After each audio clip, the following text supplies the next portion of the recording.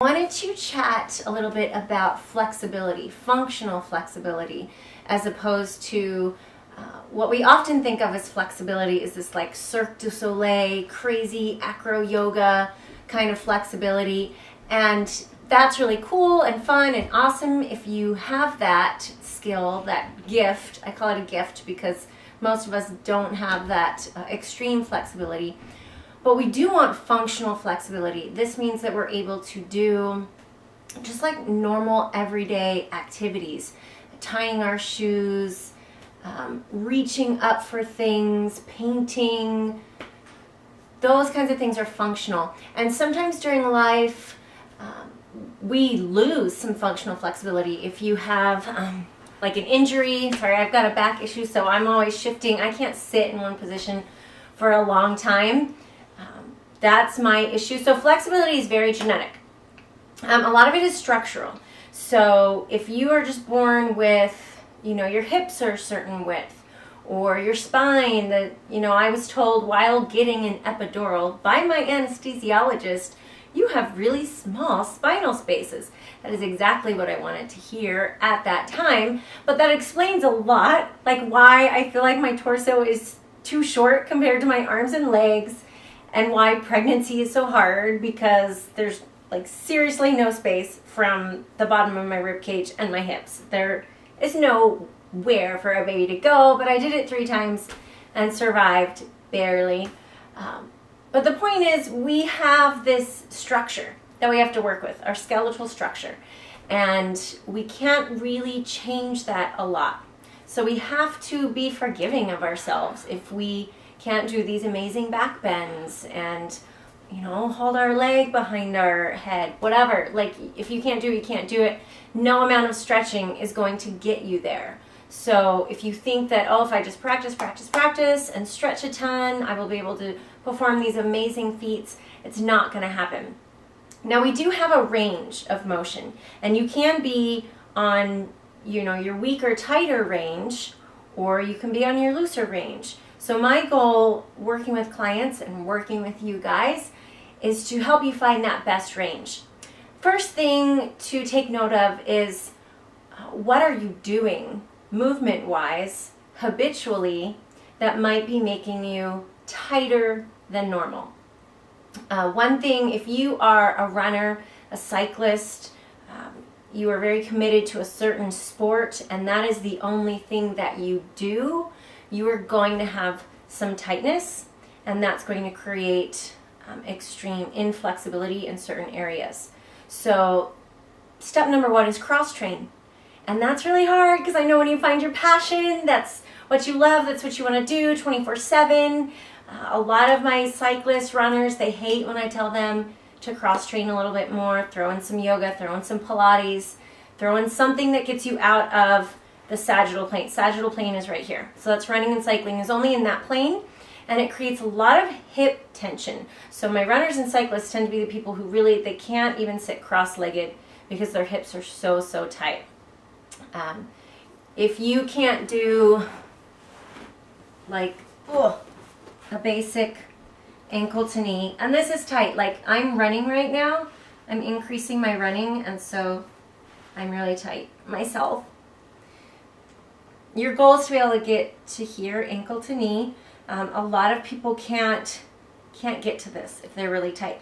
When I'm not in running season and running quite as often, I'm much more flexible. This comes so much easier. So that's the thing you have to consider. Is it worth it?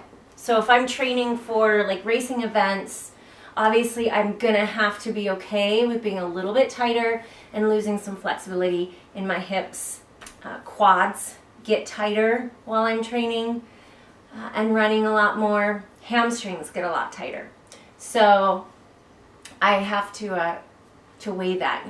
If I want to do this race event and I'm training a little bit harder, I have to, also stretch a little bit more, foam roll a lot more, tennis ball a lot more, and still I'm not going to have the same flexibility. So that's one thing to consider. What are you doing habitually? What's your sport? What's keeping you tight? The second thing to really think about is, how do I improve that range of motion, okay? I accept this is my range. How do I get to my best? A lot of people believe that it's just stretching.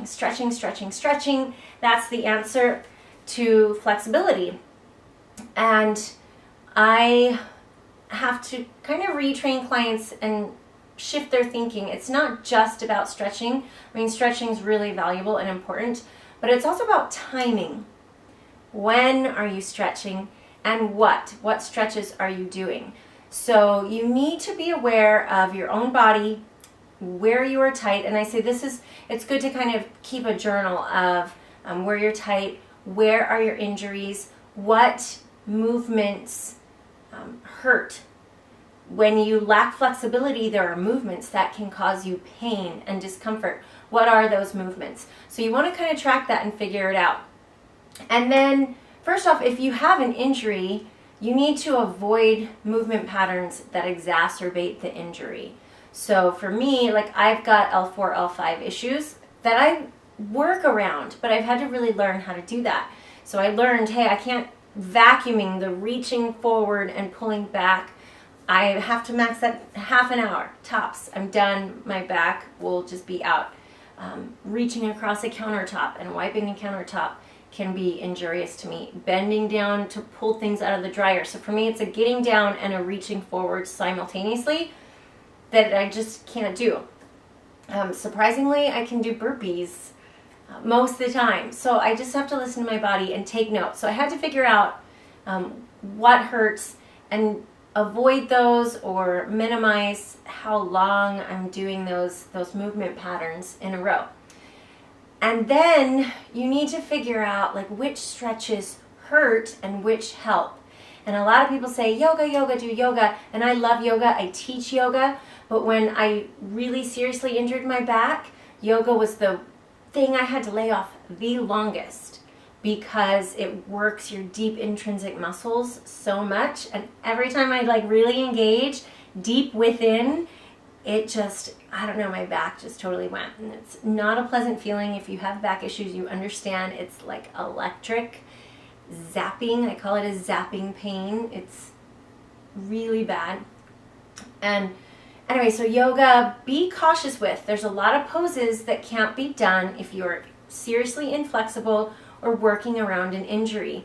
So don't just think that yoga is like this magic medicine that you can, do. You have to be really cautious and be with an instructor who's very experienced and can give you a lot of modifications.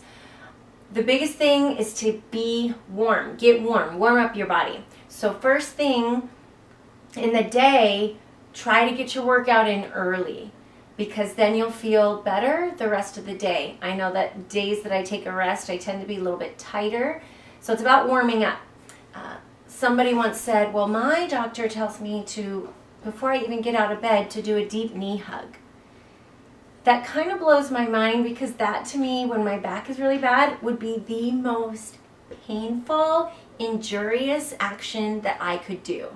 My muscles are cold. I'm totally not warmed up, and I'm going to put my body in the deepest spinal flexion for the lumbar spine that I can.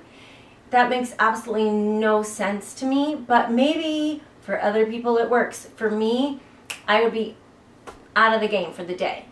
My thing is I have to get warm. So exercise, walk, just move. For me, even, it's crazy because my back might hurt, but I could go do Zumba and then I'll feel so much better because I've just moved. So I have to get warm. So get warm. When to stretch, post-workout, and also warmest part of the day, which is around 3 or 4 in the afternoon, is when your body is at its peak temperature. This is also why you're hungriest around 3 and 4 p.m. It's because your metabolism is at its peak and your body's warmer, and that's when you're hungry and wanting to nosh. But instead of noshing, stretch. And stretching doesn't have to be a big deal. If you're standing around helping your kids with their homework, you can do a standing quad stretch. You could do just like a cross-legged stretch. You could stretch out your back on the countertop. Be aware of what areas of your body that you need to focus on. So for me, it's always glutes and hips, also opening chest and maybe stretching triceps. If your upper body is really tight, you need to try to focus on that. And I will show you some different stretches you can do for these different popular areas of tension. That'll be another video, so watch out for that. But what I want to show you first, that I'm going to do right now, is the functional flexibility test, so that you can see, are you functionally flexible?